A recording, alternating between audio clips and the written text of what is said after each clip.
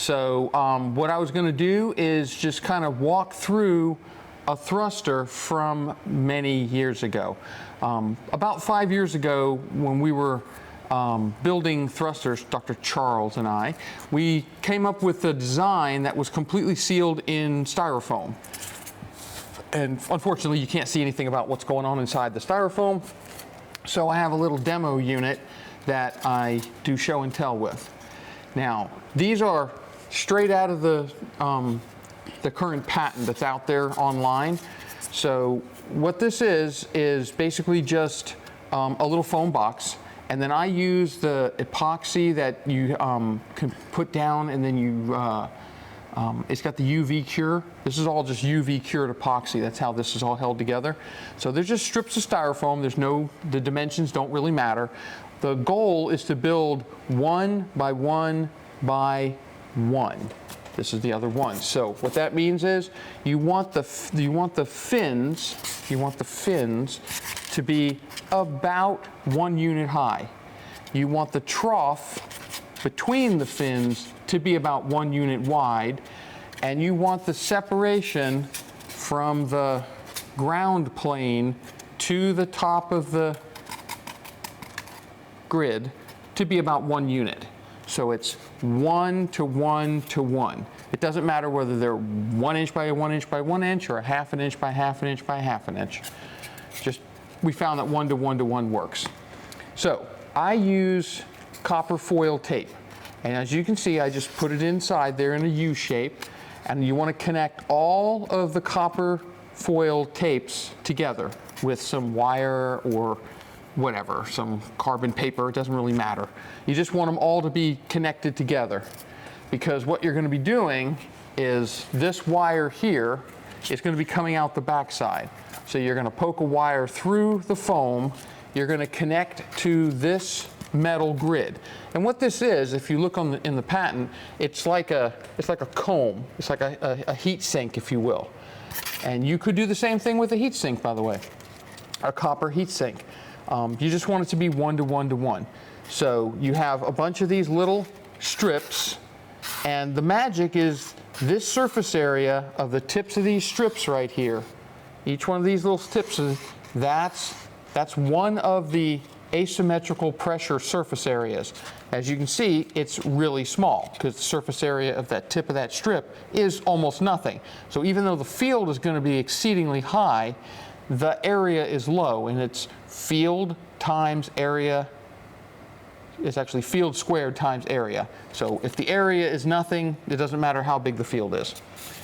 The other side is the other field is going to be actually the area is the underneath the metal and the foam. That's actually the second surface. It's not really this surface here. You're going to connect a wire from here to the ground, but this distance, this separation distance between the grid and the plate, which is this 1 inch of foam right here, these are about 1 inch, that's the second plate surface.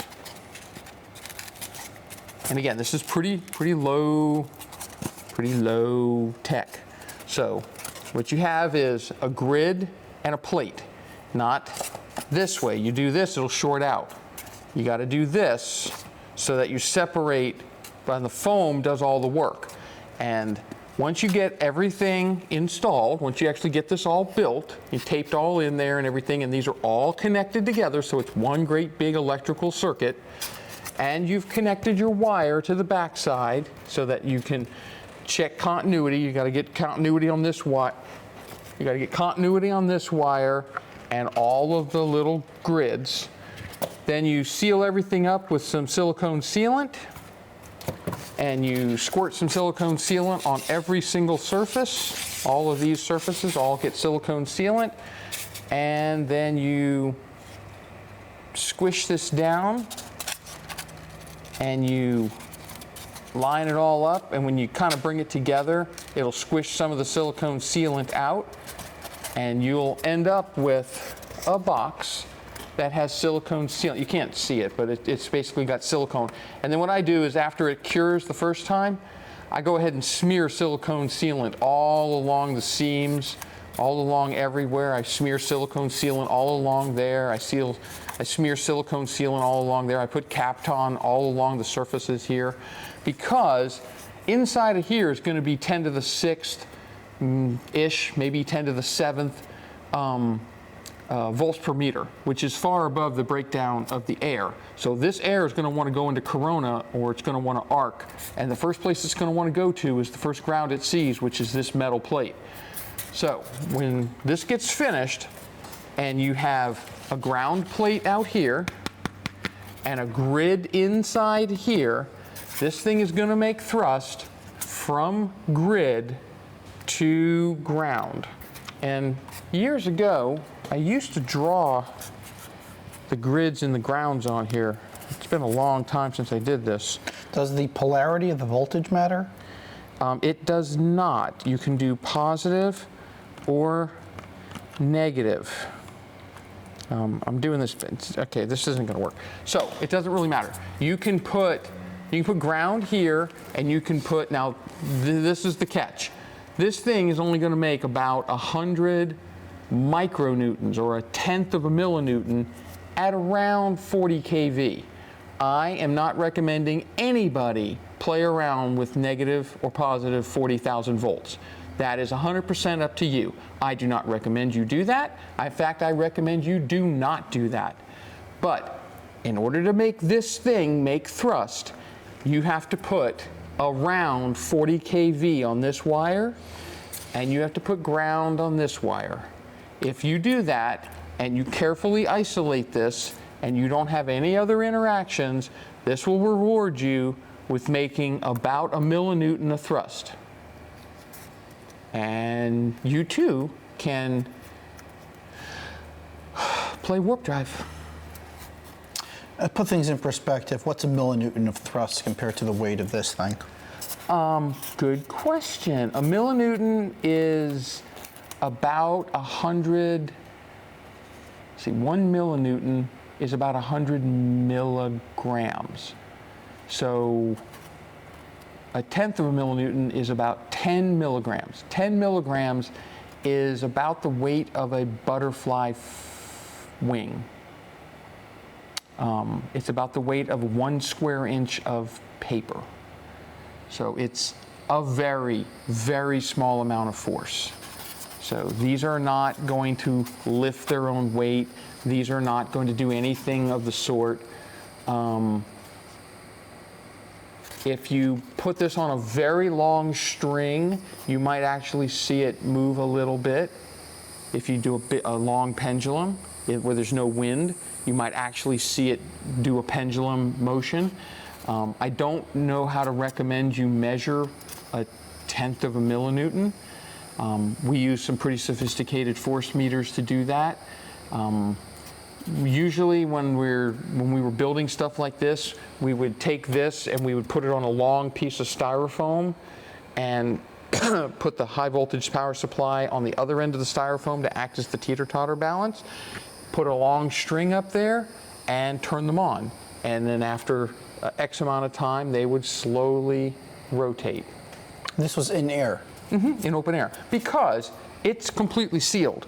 This box is as sealed as you need to be for the voltages that you're talking about, because an inch of gap here, you're only about 10 to the 6th field, and that's just underneath, really, it's just underneath the breakdown strength. If you were to put this into near perfect vacuum and crank up the voltage to 100 kV, would it produce more thrust? Oh, certainly, it would be amazing. The problem is, you put styrofoam in a vacuum and it expands and it loses all structure. So it would destroy the structure. So if you were to produce this exact same thing, let's say you were to produce this, but you wanted to use printed structure, you could do that. You could actually print. You could print this whole thing out of PVA or not PVA. Some sort of plastic. Yeah, PLA, Ultim, it doesn't matter what you print it out of. And you could do the same metallic structures, and you could put the entire thing in a vacuum chamber, and you could, at that point, you could cut the distance of this particular material down to something much, much less, and you could bring this right down next to it. Maybe you could put an 1/8 of an inch of polycarbonate in there, or a thin sheet of glass, 1/8 of an inch or 1/16 of an inch thick sheet of glass. Or You could put a metal face on the back of a sheet of glass, and you could put a sheet of glass over this and put the metal face over that. That might make you a 1/2 millinewton in high vacuum.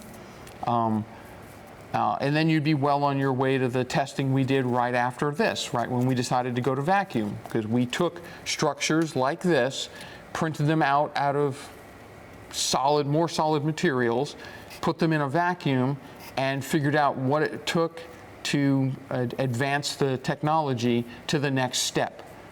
But there's no reason why this wouldn't work in a very high vacuum. Low vacuum isn't going to work. You got to be as far away from the Poisson line or Poisson curve as you can possibly get.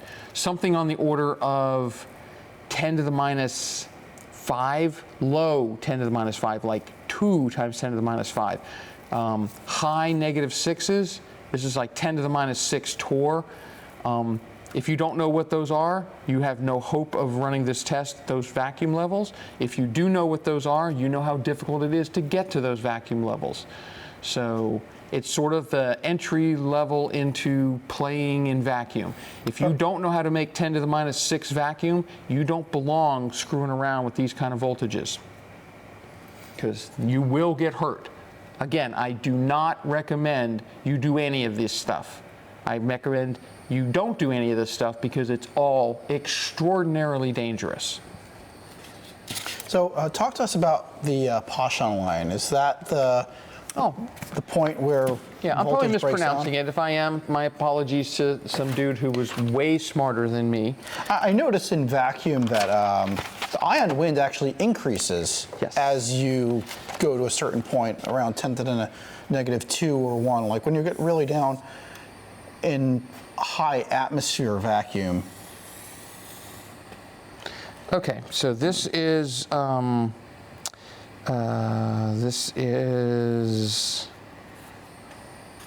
He's drawn a chart for us. This is, I'll be there in a second. This is voltage and this is pressure. Okay, so the Poisson line looks something like this. And the way this works is you start out here at atmospheric pressure. So you're out here at ATM. And this is, say,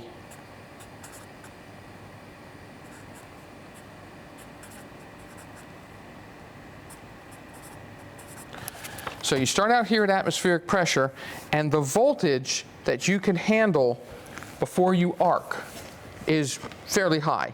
Probably before you arc something, you probably go to 3,000, 4,000, 5,000 volts. That's why in a dry day you get shocked from a sweater or something, static electricity. That's 3,000, 4,000, 5,000, 10,000 volts, and that's in a dry air at atmospheric pressure. If for some reason someone's Just to be clear, the dry air is less conductive than the wet air. Right. And that allows the sweat. The dry air is more conductive. The water eats electricity. Right. So the water eats the electricity, not allowing the sweater to ever build up a charge. Right. The dry air allows the sweater to build up a lot of triboelectric charge. That's why you're getting shocked. Right. And the reason you're getting shocked is because you're completing the circuit, and that's up here at atmospheric pressure. So you kind of go look at the Poisson curve, and you're up here at atmospheric pressure, and the volts that you can withstand are way high. As the pressure drops, so for whatever reason you get into a big vacuum chamber and the pressure starts going down, all of a sudden you're down around the bottom of what a vacuum cleaner can do, the bottom of what a cheap vacuum pump can do. Say 1 or 2 or 3 torr. The pressure at Mars, the atmospheric pressure on Mars, about 7 torr. That's not real vacuum. That's just really, really low atmospheric pressure. And the breakdown is actually lower than way air. down, right? So way down here, you can get shocked with 30 volts instead of 3,000 volts. Down here, let's say you're down at 30 volts. Or if you're running a neon sign, and you run the pressure of a neon sign down around 10 to the 0, 10 to the minus 1 torr, then the sign will glow. You'll go into plasma very easily. It's very easy to send an arc through super rarefied air, just because of the physics of how the gases react with electricity.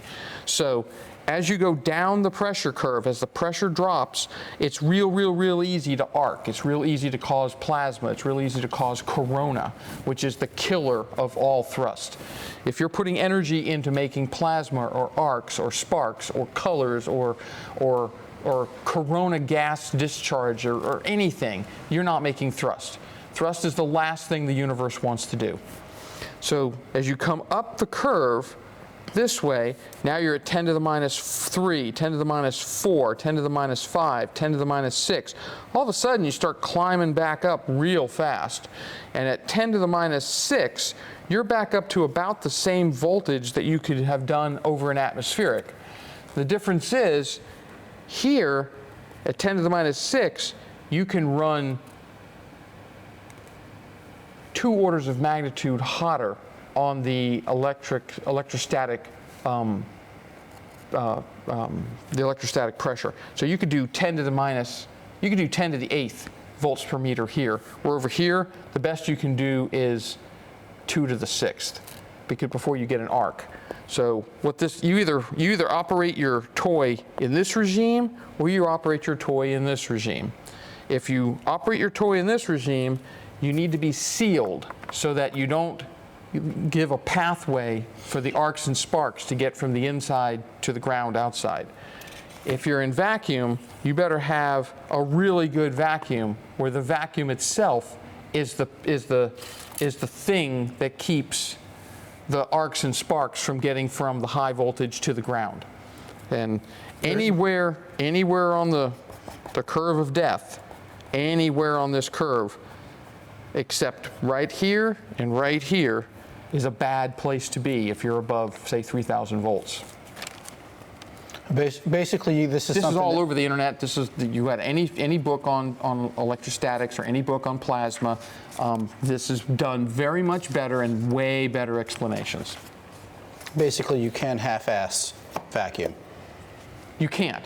You absolutely can't. You just make things worse. You do. You actually make everything worse, because if you try and run one of these experiments at, say, 5 torr or 3 torr, which is about the bottom of what a cheap vacuum pump can get to, all it's going to do is it's going to drive it. When you get above about 3,000 volts, 2,000 volts, it's just going to drive what would be nothing. Nothing would have happened at atmospheric pressure. It's going to go into plasma. It's going to leave a light show. They're beautiful. You can look inside of a vacuum chamber running at about 10 to the minus 4. It's lovely. You can make all kinds of plasma monsters, and you can get things crawling around, and you can watch the plasma crawl up the walls. It's a blast, but it's not going to help you any. You're just wasting energy in plasma. It looks great. Those little balls. Remember those little balls that used to be out, and you touch them, and the little lightning thing would go up to you? That's a plasma ball. That's just a low vacuum in a ball filled with probably argon or something. Neon, I don't know what's filled. Krypton, well, I don't know what gas is in it. And they run, 1,000 volts on the thing, and it makes this beautiful little light show. Totally awesome if that's what you want to do. Yeah, a little plasma globe thing, you can get it out on eBay. Awesome if that's what you want to do with a plasma globe. What you want to do is high energy physics, if you want to research warp drive, it's not your friend. It's not the way to go. There's nothing you can do. There's no point in arguing with it. There's no way to fight that curve. You want to be anywhere else. You want to be anywhere but here. There's nothing you can do from here to here. You want to be at 10 to the minus 6, or you want to be at atmospheric pressure. What about sulfur hexafluoride? That's an excellent choice. If you're up here at atmospheric pressure and you replace the nasty oxygen and the nitrogen that's in air with something you can't breathe and is very, very bad for the environment, and ridiculously expensive. You could flood your chamber or your box with sulfur hexafluoride or Freon 156A that comes out of a can of compressed air, and you could get yourself a little further down this curve before you arc. But none of these things are easy to do, none of these things are safe to do, and they go away pretty quickly because these gases want to they want to blow away. They want to dissipate. Oxygen is a very, very pernicious gas. It wants to get back in everything. It doesn't take anything for oxygen to get back inside. And some of these gases are explosive in very high concentrations and very low concentrations. So I don't recommend any kind of gas replacement. I don't recommend any kind of inerting atmosphere of any kind. You want to operate this thing in regular air that you can breathe safely, and you want to do it at low or at atmospheric pressures and with fully sealed boxes, or you want to be a much different design in ultra high vacuum. And if you get to here, come talk to me, because I probably want you on my team. What about the other side? What if we continued at past atmospheric and started doing pressure chambers? Oh, you can. You can do pressure chamber, right? Does the curve continue up? It does. The curve does actually continue up. And then you get into, let me see if I remember correctly. There's switches. There's ultra high voltage switches, like 100,000 volt switches that are 20 atmosphere hydrogen. You think, oh my God, hydrogen is nothing more explosive than hydrogen. 100% hydrogen gas, 100%, no other gas in there at all, at 20 atmospheres can easily switch 100,000 volts without arcing. I know they use hydrogen in klystrons, no, not klystrons, thyratrons Right. switches. And that's why they do that. That was the old way to get super high switching for early atomic switches, back before they had nanosecond digital switching. Yeah, they use that for the linear accelerators Right. at Berkeley Labs. That's super old tech. Yeah, we have some of that at Falcon Space. That's how they discovered californium and berkelium. Yep. Using a bunch of hydrogen switches in a linear accelerator. Pretty cool stuff. I don't mean to douse anybody's enthusiasm. I mean, I would love to see if anybody actually makes one of these things and safely operates it and puts a video camera on it and they do all the things safely. I would love to see that. Okay, I'd love to, you know, and I can offer a tiny bit of help. Mostly just watch this video a couple of times. This is super simple. There's no way to screw this up. It's 1 to 1 to 1. Don't forget, don't put this up against that. That's bad. That's wrong. That's evil. That will short out and will make you sad. It has to be out there. There can't be any holes in the styrofoam. Styrofoam can't have holes in it. This needs to be RTV'd, nicely bonded on. I guess you could use the adhesive that does the light curing. Apparently UV goes right through this foam because I was curing from the backside. It's pretty amazing stuff. Available on Amazon or eBay. So what's this thruster called? What do you guys call it? It doesn't actually have a name. For a while we were calling them names from cartoons like Space Ghost and Speed Racer and other fun things like Mighty Mouse and Mighty Mouse 2 and Mighty Mouse 3 and Mighty Mouse 4, because the Mighty Mouse series they were awesome. Mm-hmm. Did you start going to serial numbers at some point? No, we just stopped calling them those things and started putting the dates down because we made about 1,500 versions of this at one time. Not this particular one, but we made about 1,500 of these over the course of a couple of years. And then we stopped with the names because we ran out of names and imagination. And we just started going with the dates. So I don't know where they are, but around here I've got notebook after notebook after notebook of tests that are run. This is an example of one of the tests we just ran today. This is very impressive work that you're pushing with the same concept, iterating a small bit at a time. Yes. You know, and this is very, very simplistic. This is from this years isn't the ago. patent. This is open source. Open source. You know, we would love to see people build these. Operating them, again, these are lethal voltages. This is no joke. This stuff hurts when you get bit by it. It can seriously hurt you. I'm not discouraged. I'm talking from experience. This stuff will make you throw up. This stuff will make you wet your diaper. This is no joke, these voltages. This is absolutely lethal voltages. So I do not recommend firing this bad boy up to the 35,000 to 40,000 volts that it would take to operate. Sadly, it really won't show much at lower voltages, but again, it's just the building of it and the playing around and understanding the physics of it might help you understand the patent, understand the physics of asymmetrical pressure. And again, I'd love to hear if anybody actually pulls it off and understands, and if they have any questions, maybe I can answer something. All right, thank you very much.